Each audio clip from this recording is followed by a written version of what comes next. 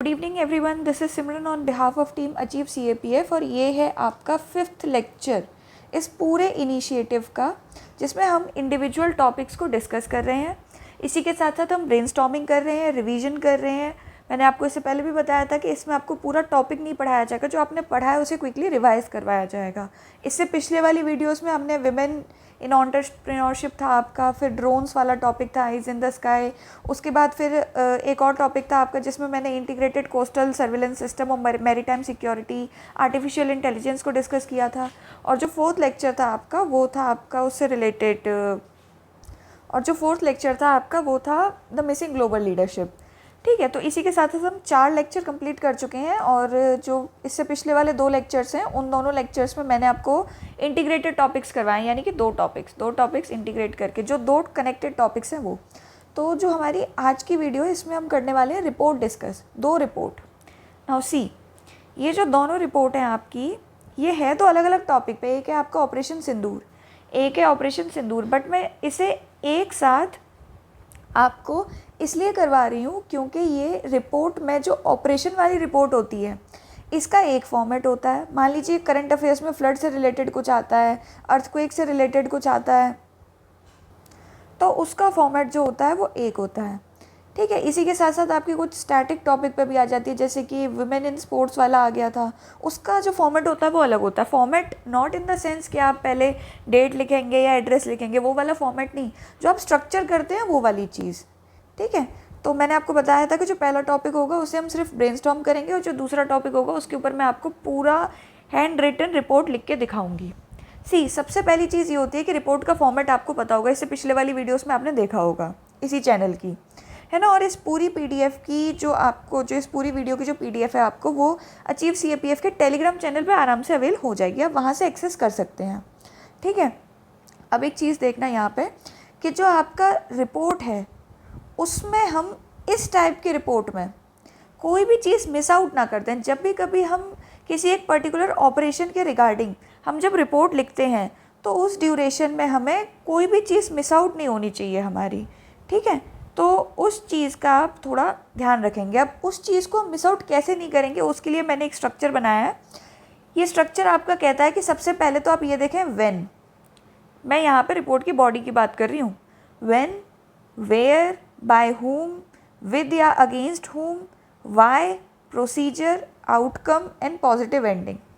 ये आपका एक फॉर्मेट होता है इसकी पूरी बॉडी को रिकॉल करने का, ये रिकॉल करने का फॉर्मेट है। ठीक है, और ये इसी ऑर्डर में चलता है, एंटी क्लॉकवाइज इसी ऑर्डर में। इन द सेंस सबसे पहले आप ये लिखेंगे कि ऑपरेशन हुआ कब था, कहाँ पर हुआ था, किसने किया, किसके अगेंस्ट किया या किसके फेवर में किया, क्यों किया और क्या प्रोसीजर रहा, क्या उसका आउटकम था, फिर लास्ट में आप एक देते हैं पॉजिटिव एंडिंग। ठीक है, तो इसमें क्या होता है, जो आपका फर्स्ट पैराग्राफ होता है उसमें ये 3 से 4 चीज़ें एक ही पैराग्राफ में आ जाती हैं, क्योंकि एक एक लाइन के फैक्ट होते हैं। फिर आपकी अगली चीज़ जो आती है वो आती है वाई। इसे आप चाहें तो पहले पैराग्राफ के साथ इंटीग्रेट कर लीजिए या फिर आप दूसरे पैराग्राफ में इंटीग्रेट कर लीजिए। जो प्रोसीजर वाला पैराग्राफ होता है इसमें सबसे ज़्यादा डिटेल्स आती हैं, इसमें हम सबसे ज़्यादा डिटेल्स डालते हैं। फिर आता है आपका आउटकम वाला एक पैराग्राफ, और लास्ट में 3 से 4 लाइन की होती है पॉजिटिव, या फिर ज़रूरी नहीं है पॉजिटिव हो, या गवर्नमेंट ऑफ इंडिया की कोई फर्दर स्टेटमेंट भी हो सकती है। ठीक है, तो आप इस ऑर्डर में अगर आप रिकॉल करेंगे चीज़ों को तो आप कुछ भी मिस आउट नहीं करेंगे किसी भी तरीके से। और एग्जाम हॉल में ना इस तरीके से रिकॉल करना थोड़ा ईजी भी हो जाता है। अब आपका फर्स्ट टॉपिक है यहाँ पे ऑपरेशन सिंधु। रिपोर्ट में जो हमारा सबसे ऑथेंटिक सोर्स है वो है आपका government of India, ministry of external affairs. ये जिस फॉर्मेट में रिपोर्ट लिखे हैं, अगर वही सेम चीज़ें आप थोड़ा अपने हिसाब से आगे पीछे एडजस्ट करके लिख पाते हैं एग्जाम हॉल में, तो आपको काफ़ी अच्छे मार्क्स अलॉट होंगे। इसीलिए मैं यहाँ पे सैम्पल के तौर पे जो मिनिस्ट्री ऑफ एक्सटर्नल अफेयर्स ने रिपोर्ट दी थी रिगार्डिंग ऑपरेशन सिंदूर, उसी को प्रेजेंट करूँगी। ठीक है, तो आप ध्यान से सुनना अब, और एक एक चीज़ ना नोटिस करना है इसमें। ऐसा नहीं है कि बस हम सुन रहे हैं या फिर रीड कर रहे हैं, वो काम हम यहाँ पे नहीं करेंगे। आप एक एक डिटेलिंग देखना।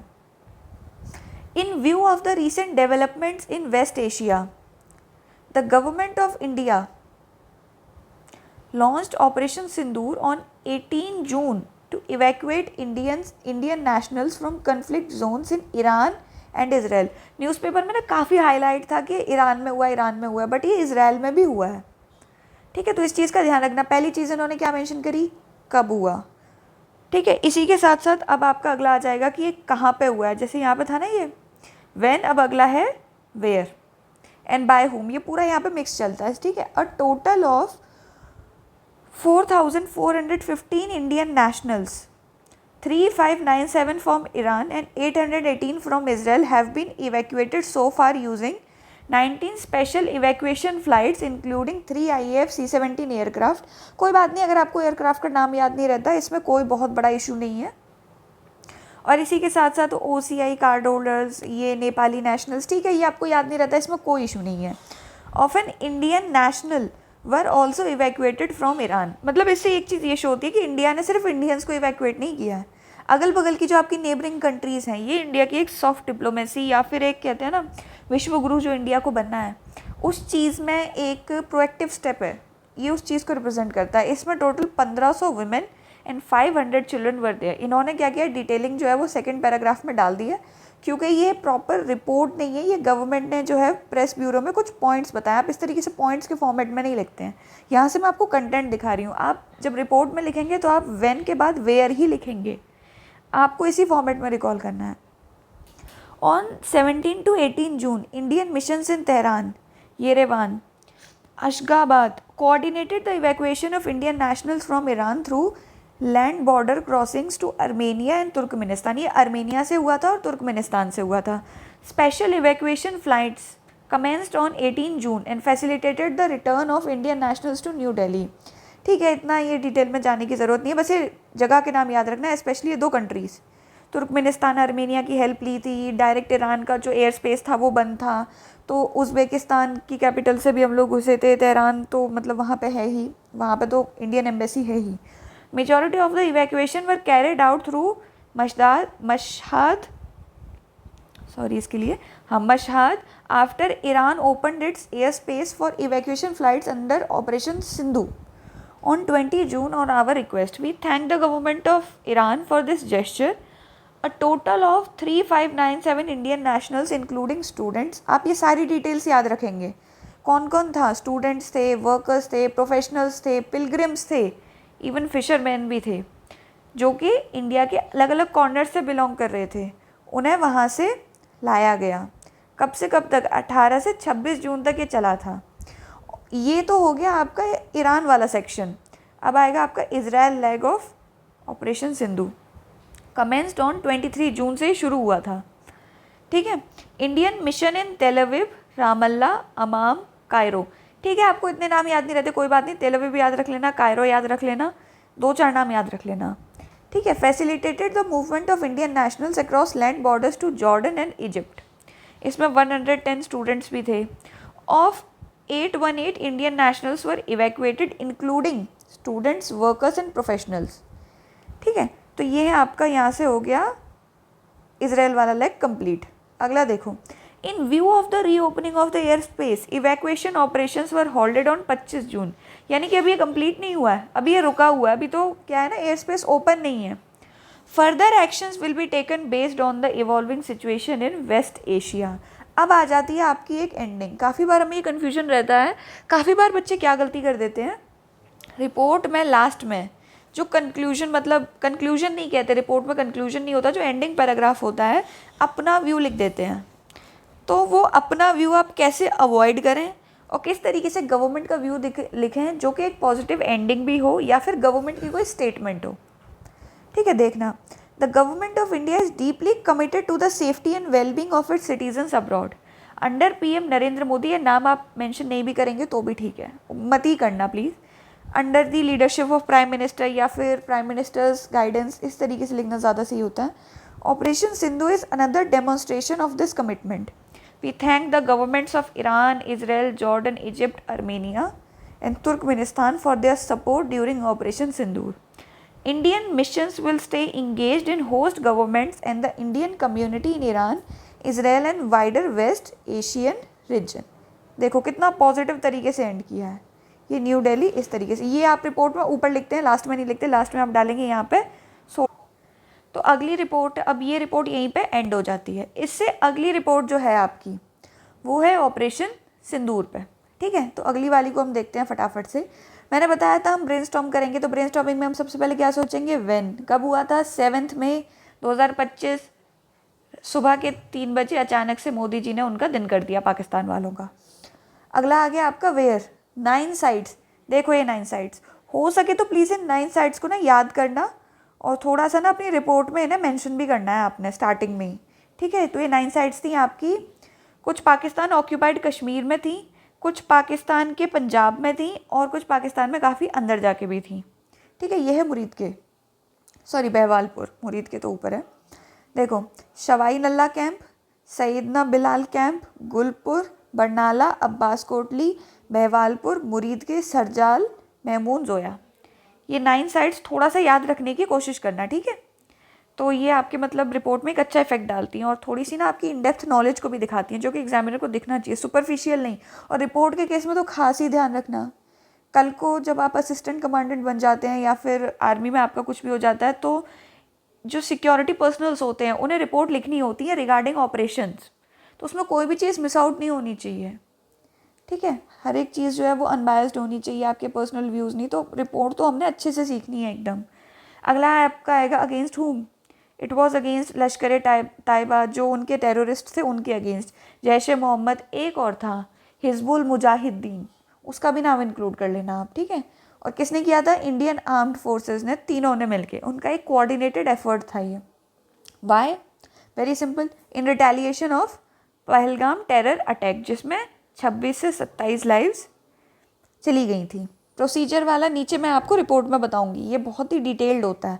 और लास्ट है आपका आउटकम, उसके बाद आपका आ जाएगा एक एंडिंग जिसमें गवर्नमेंट की कोई भी स्टेटमेंट होगी, जैसे मैंने ऊपर ऑपरेशन सिंधु में दिखाया था, ठीक है। तो अब हम यहाँ से बस देख लेते हैं आपका report.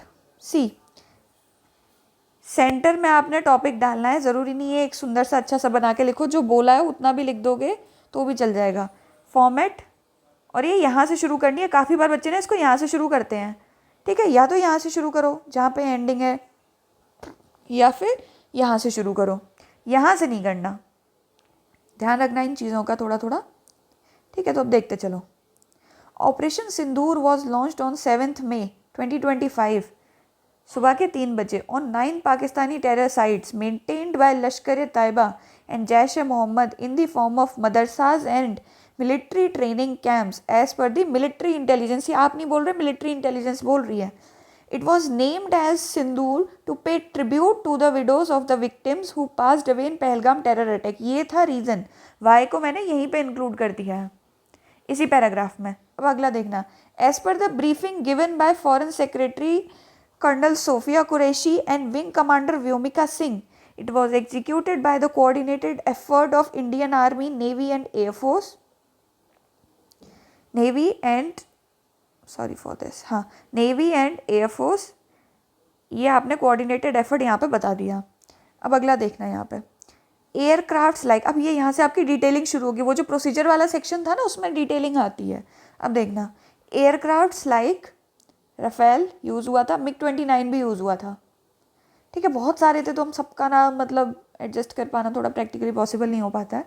सुकोई Su-30 etcetera were used, hammer missiles थी आपकी, स्कैल्प मिसाइल्स थी, कामिकाजे ड्रोन्स थे। They were used to kill over 100 terrorist including senior commanders of Lashkar Taiba and Jaish e Mohammed. The launch pads, training centres and ammunitions were destroyed. देखो detailing पे ध्यान देना, क्या क्या यूज़ हुआ था, कौन सी मिसाइल यूज़ हुई थी, किसने किया वो मैंने पीछे बता दिया था, फिर क्या क्या डैमेज इन्होंने किया, ये है पूरा का पूरा इनका डैमेज। और for the first time Pakistan Punjab was attacked since 1971 as per the briefing के अकॉर्डिंग, आप नहीं बोल रहे हैं, no civilian casualty and military based destruction was reported as per MOIB है आपकी ministry of information and broadcasting, जो कि PIB रिलीज़ करती है शायद, ठीक है। India's retaliation shows synergy between the forces and the effectiveness of indigenously developed Akash surface to air missiles, BrahMos et cetera. Operational ethics were central to the mission. ये होता है कुछ वैल्यू एडिशन वाले पॉइंट्स, जहाँ पे आप मतलब थोड़ी सी ना अपने साइड की चीज़ों की तारीफ कर रहे हैं, आप तो कर ही नहीं रहे हैं, ministry of information and broadcasting कर रही है। लास्ट देखो, as per the government of India any further terror attack will be considered a war against India and a retaliation of similar magnitude will be there. It will be there. Last में आप डालेंगे यहाँ पे sources, PIB है, PTI है, MOIB हो गया आपका, ministry of information and broadcasting. इसी के साथ साथ और भी सोर्सेज होते हैं जैसे कि briefing given by India government of India, वो भी आपका एक सोर्स ही है। तो इसी नोट के साथ आपकी आज की ये रिपोर्ट यहाँ पे एंड होती है। होपफुली आपको सब कुछ समझ में आ गया होगा और इससे आने वाली वीडियोस में हम आपकी जो दूसरे टाइप की रिपोर्ट होती है रिगार्डिंग द डिज़ास्टर्स एंड कुछ और स्टैटिक के टॉपिक्स होते हैं, वो हम आने वाली वीडियोस में डिस्कस करेंगे। So thank you so much and keep working hard.